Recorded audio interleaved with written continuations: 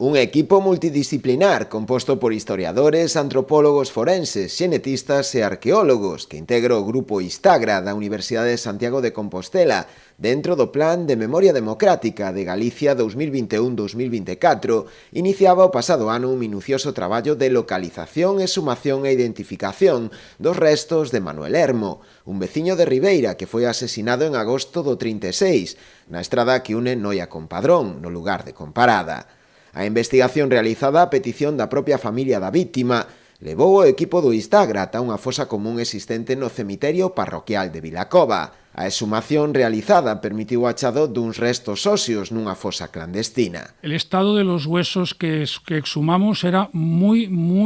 degradado, pero muy degradado. Uno de los huesos, seguramente de los esqueletos que yo he estudiado más degradados en toda mi vida. Sin embargo, pues bueno, teníamos en el esqueleto la convicción ya en la excavación de que estábamos en una fosa clandestina, de que no era un enterramiento del cementerio. Y eso lo supimos porque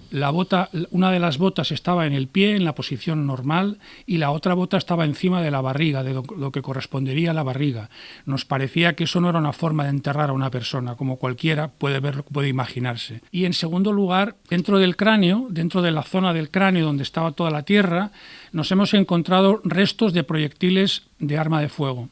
lo cual significa unha evidencia máis de que esa persona foi unha persona represaliada. Aínda que se pensaba que os restos puideran corresponder cos de Manuel Hermo, os estudos xenéticos realizados deron resultado negativo. Obtuvimos un perfil genético de uno de los restos óseos que no era compatible con el modo de herencia, asumiendo una relación pues padre-hija que era en comparación con el perfil genético de la hija biológica de Manuel. Lo que hacemos siempre en el laboratorio, siempre que nos encontramos con un caso de estos, que hay una exclusión de paternidad o de relación de parentesco, es pues proceder a la extracción de otro de los restos diferentes, de otros restos óseos. Fernando nos había enviado 6 tipos de restos óseos diferentes, pues los 2 primeros los habíamos hecho a partir de unos molares y luego lo habíamos hecho a partir de un fragmento de cráneo. Lo esperable es que se obtuviera el mismo perfil genético en ambos casos, que fue lo que ocurrió, un poco más completo en uno, un poquito más incompleto en otro,